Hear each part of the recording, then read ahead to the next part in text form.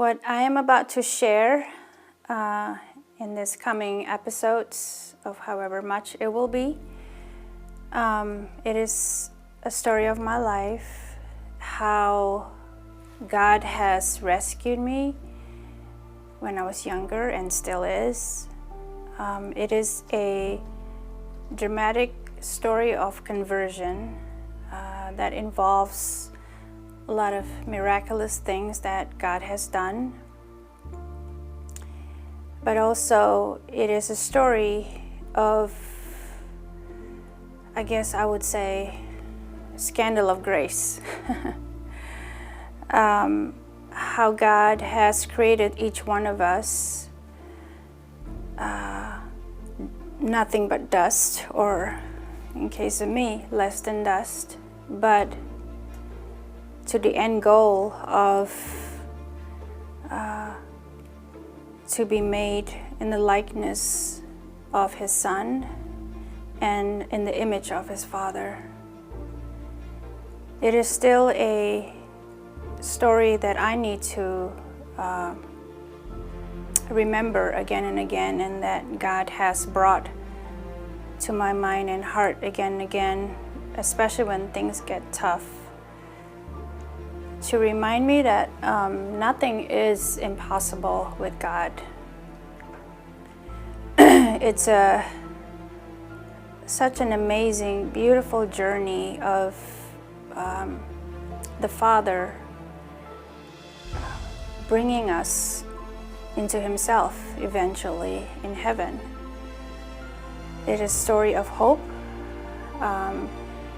that I am reminded over and over again, especially as a mother who struggle to parent, especially in this age, and the struggle of my own weakness and,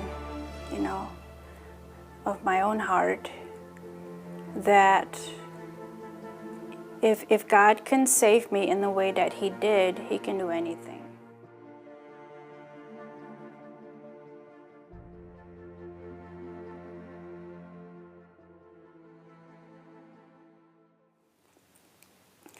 So hopefully this story of my life, particularly my conversion to the Christian faith when I was 25 years old, more than 25 years ago, can bring you hope, as it does to me over and over again. But before I start, I do want to preface my story, because I remember as a Protestant, I'm a convert to the Catholic faith 8 years ago. I remember as a Protestant, the pastor of my church then, she was converted not through dramatic means like mine, even though she has amazing love for God. So it's not necessary. And my defense to that is that, or my reason for that, I think why God does that to some souls, not to provoke jealousy, so don't be jealous, but I think some souls just needed that, because like my husband, for example, he's a man of faith, but again, he did not have the dramatic conversion like mine, but maybe because he doesn't need to. Maybe I have more problem with pride, which I know I do.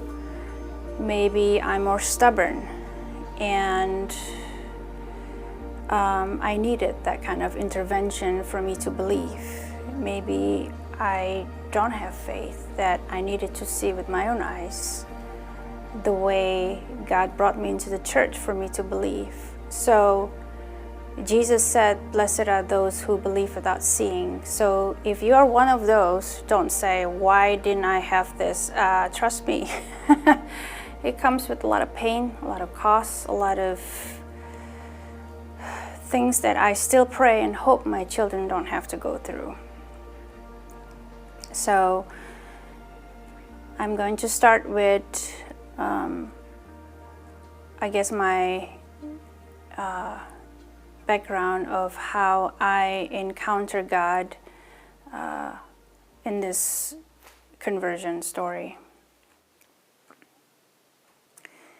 Okay, I'm going to start with sharing my background, how I came into this place of 10 years of, I guess I could say, living in hell. I came from a family where I actually was baptized as a Catholic because I needed to go to Catholic school. So I was baptized, I think, before I enter first grade. I skipped kindergarten. And I went to a school back in Indonesia, to a school run by nuns, Ursuline nuns. And also, even middle school, I went to another Catholic school. They used to take me to Mass because our school is attached to the biggest cathedral in Southeast Asia. And I think the Mass was still done in Latin. But I had no clue what the gospel was, who Jesus was. I had no clue what I did. I took communion. And at home, my parents never practiced the faith. So that was my background. And I came from a family of, I would say, my parents were deeply immersed in the high society, and their life is full of parties and I don't know what they do, hanging out with who's the who in Jakarta. And of course but a lot of these friends, they don't have faith, and they're immersed in a very dark lifestyle. And most of the time I was left with the maid at home, and because they have very busy social life. Yeah, we had the means, we travel all over the world. But my parents, in terms of the moral standard, is pretty lacking, especially in terms of disciplining kids, in terms of their own marriage. The priority was, to have a high life, at least at the outside appearance. Although my mother is different. She is, I would say, a saint, but a very, very wounded saint because of my dad. And so she was in the midst of all the pain of my dad being unfaithful and being, I guess, selfish. But my mother would show me how to love people unconditionally. She was amazing in terms of charity work. She would help the poor. She would send trucks of rice, for example, to a village if they're flooded. She would go and visit people in the dumpsters. She would give and give and give. Even if she has nothing, she would give what she owns. That's just the way she is, to the point where my brother and I would kind of protect her because she gets used by people all the time. And just very gullible, but very childlike. But she holds so much wound that I think in some way she's prideful, that she doesn't want to face that and does not want to seek healing. And so that becomes problem on top of problem. But I grew up in that kind of environment where my parents are surrounded by friends who have an affair, mistress, they would go out as threesome, out in the open, kind of like an open marriage. And so that's where the standard of parenting and morality comes from. So my story, I guess, started, of course, since I was born, but more intensively within the 10-year period since I was 15 years old until 25 years old. In order to make sense of, I guess, the complexity of it, I can categorize my conversion story in three ways, or as it is represented by three saints. It is the story of Saint Mary Magdalene. It is the story like Saint Lazarus and Saint Paul the Apostle. How is it that it is their story? Well, I became a Christian at the age of 25. Like Mary Magdalene, I was a woman, an adulterer, deep in sin, sexual sin, for a good 10 years, and forgiven. And also, like her, I was delivered from legions of demons.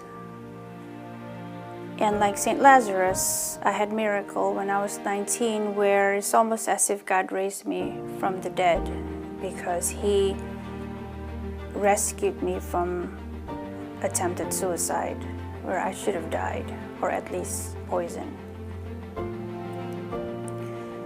And like St. Paul, I also was forgiven through the sin of murder. Because in this 10 years, I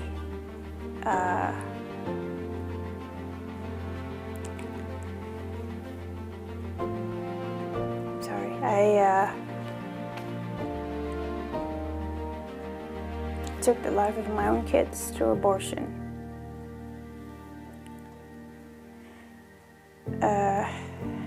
So yeah, that's my story in a nutshell. Okay, pause.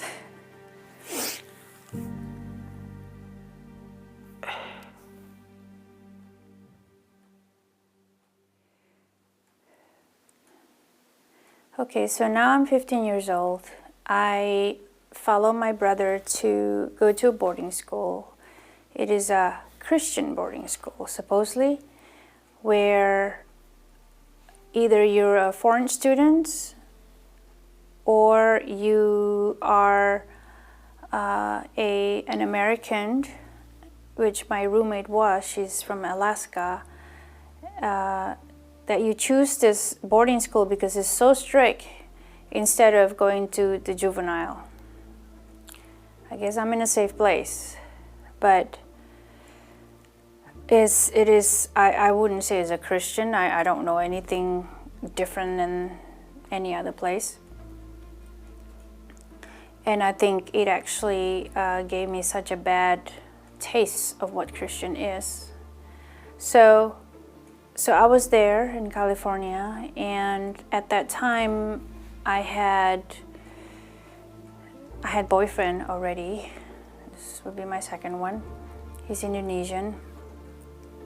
He's also from a wealthy family, so he goes to school in Hawaii, which, they own a property, an apartment, like a one-floor apartment where they can see the ocean.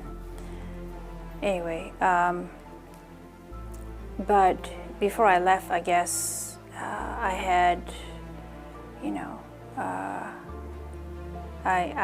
before I left Indonesia to go to California, I became pregnant with him. So when I was in boarding school. Of course I didn't know. I was 15. I was very stupid. But I remember, when I was taking a shower one day, breast milk starts kind of dripping from me. It's like, what the heck is it? And I start vomiting. And I'm like, what? And of course I tested. And here is in Hawaii, Honolulu, and I'm back in California. And so I found out that I was pregnant. As a 15-year-old, of course I was really scared. And I didn't tell my mom. Forget about my dad. We don't have communication even until today, unfortunately. But I wouldn't tell my mom because I love her. She has gone through enough. I don't want to burden her with any of my stuff. So, and if I do tell her, there's nothing she can do anyway. Anyway, so I did not. And so we planned, I planned to go to Hawaii and have an abortion. So I basically lied to the dean of the school that I am going to LA for vacation with my friend that was in the dorm, at the dorm. And somehow, after the abortion in Hawaii, I found out through my roommate, who's from Alaska. She said, Ina, you better pack your bag, because the dean tapped into our phone calls and she found out that you went to Hawaii and had an abortion. So you're actually kicked out of school. And so, I was in Hawaii. I panicked, like, what do I do? I have to tell my parents because I got kicked out from school. And what can I do? I'm a 15-year-old, thousands of miles away from home. So I did call my mom. The only thing she said was, how can you do that? Not really regarding to the abortion, but how can you do this to us, kind of, tone of voice. That's the only thing she said. She did not come to get me. She didn't say, what are you going to do? She didn't help me. That's all she said. So on my own, I had to figure out what to do. So I went back to California, and I remember that I was prohibited to go back to the dorm and pick up my stuff. So someone else had to do it for me, and that to me was, I guess, my introduction to Christianity. If Christian is such a loving religion, if God is loving, it's almost like God is so ashamed of me that He wouldn't even allow me to pick up my stuff, that I'm this, I don't know, for the school, I wasn't good. So anyway, so I picked up my stuff. And how did I feel about abortion, maybe you ask? Nothing, numb. Maybe relief, because I was scared, but I think one thing that I wish I can speak to those in the pro-life movement, or those who are pro-life, that have compassion to people who have had abortion, or people who are pro-choice. Not to excuse that, but like what happened to me, this is only my first abortion. I had 3. When you are in the grip of the devil, you are deceived, you're blind, And sin makes you really, really stupid. You can't see. So even after each of my abortions, I was numb. Did I have guilt? Zero. Why? Because I believe, like a lot of them believe, it's just a clump of cell. How am I so stupid? I'm not stupid, but that's what I believe. Maybe that's how I was deceived. So have compassion. There's something else that's going on spiritually to where they can't see. So pray for that clarity and revelation of truth so they can see, they can be convicted that this is sin. One thing I want to say, being a Catholic now, the pro-life movement, is one of, I think, the most beautiful ministry. Because life is precious and it is worth fighting for.